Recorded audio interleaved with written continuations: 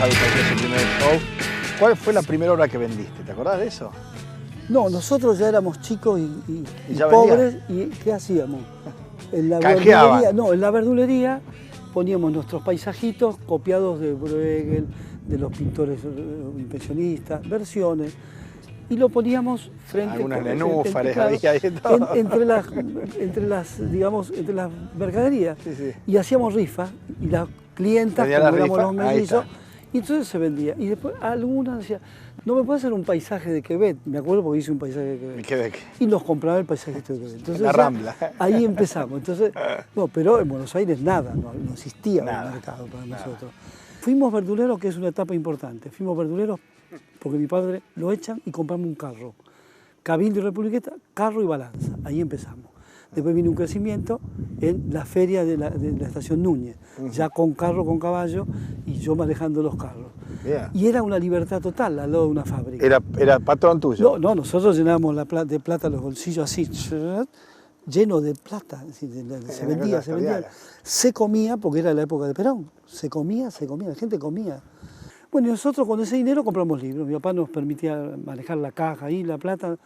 Mi papá se gastaba todo, se jugaba a las carreras, todo. a las cartas. Como corresponde, va. Se juntaba con todos los los amigos. Todo el ambiente del mercado de abasto. Claro, era bravo el mercado eso. de abasto. Entonces, ese ambiente y de artistas y le decía, ahí viene el papá de los pintores en el mercado de abasto. Él era una personalidad del ambiente, claro. Además se jugaban todos, todo. Sí, todo. Entonces, si jugaba y ganaba, venían con paquete de comida. Si no ganaba, a ver qué hacemos.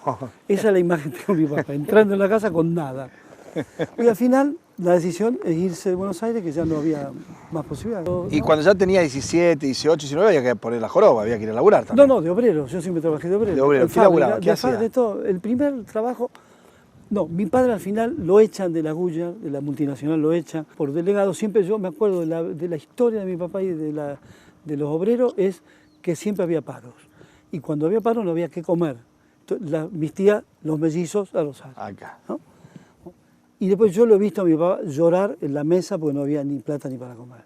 Y él después se fue a levantar bolsas a la feria, qué sé yo. ¿Era delegado obrero? Sí, delegado, y lo echan. ¿Comunista? No, él era radical irigoyenista. Ah, bueno, no sí. peronista, ¿no?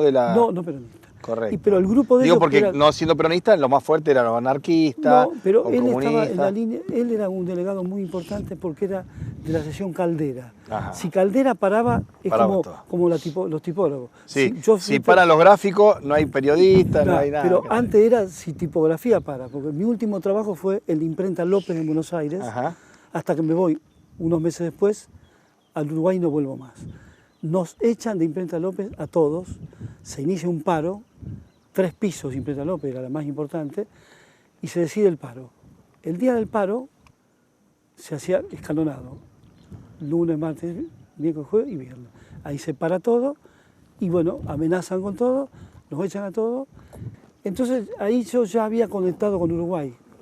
Viene Ernesto Drang, un pintor amigo formado acá, llega del Uruguay en el 65 con la idea de lo que existía, lo que fue el taller Torre García, con revistas que acá no se conocía. En el 66 no se sabía que había un taller Torre García, se sabía que existía Joaquín Torre García. Entonces, ese fue mi último trabajo. Y yo ahí dije, bueno, yo no trabajo más. Pues el objetivo nuestro con mi hermano era no trabajar más.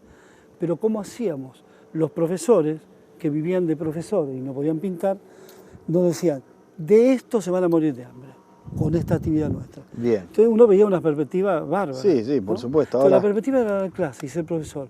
Yo terminé 4 años, lo guardé el título y nunca fui oficialmente a enseñar a ningún lado. Bien. Llegamos a la etapa ya después de la producción artística. Yo me voy, la producción principal la empiezo en Montevideo. En Montevideo. Y llego a Montevideo y conozco a Gurvis. Fue un hecho muy importante conocer a Gurvis, a un maestro. Y el primer planteo de Gurvis es que no hay que hacer otra cosa que pintar. ¿Trabajar en otra cosa? No. Pero en Argentina ningún maestro nos decía la solución. La solución es dar clases. Entonces la solución, que lo planteó siempre el taller como problema de que el artista tenga que vivir haciendo arte, hacia el arte funcional. El vaso, la taza, collares, tapices, hierro, rejas, adornos, platos, ánforas, de todo lo que se pudiera hacer. Bueno, Ellos me enseñan entonces a hacer cerámica, aparte de Gurbis. Todos mis compañeros de ahí me dan un taller que nunca había tenido taller, ¿no? Heredo el taller que tuvo Fonseca, Gurbis, Alpuy, Yuyo Goitillo, heredo frente al puerto. Yo ahora me instalo en el puerto, frente al puerto de 1966. Claro. Nosotros nos damos con todo el ambiente, las putas divinas, todas, charlábamos con ellas. Una vez salgo en la tapa del diario y me dicen, negro, negro, y me dieron el diario, que había salido, estaba lleno de boliches, y en esos mismos conventillos vivían también algunas prostitutas. Buenísimas mujeres, es decir, jóvenes, menos jóvenes. Y cuando salíamos a la puerta, me decía, che, me decía, Adolfo, ¿está la cana por ahí? No, no, salí, pasá. Entonces se armó una relación de 2 o 3 años. Y estuve de 66, así 3 años casi ahí. Y después en el 69 nos vamos afuera, a los alrededores, esa es otra historia. El tema es que cuando yo llego ahí, dije, acá, ¿cómo se vive acá? No había luz en ningún lado, uno subía al conventillo sin luz. No había lámpara, no había nada. Un baño en el fondo y en casa de otro pintor amigo que le debo todo, el Yuyo Goitillo. Vos en mi casa vas a tener un plato de comida todos los días, te podés venir a bañar acá. Yo tenía un solo pantalón, se ensuciaba, lo lavaba, lo secaba, o si no lo tiraba y me compraba otro. Esa era nuestra muda.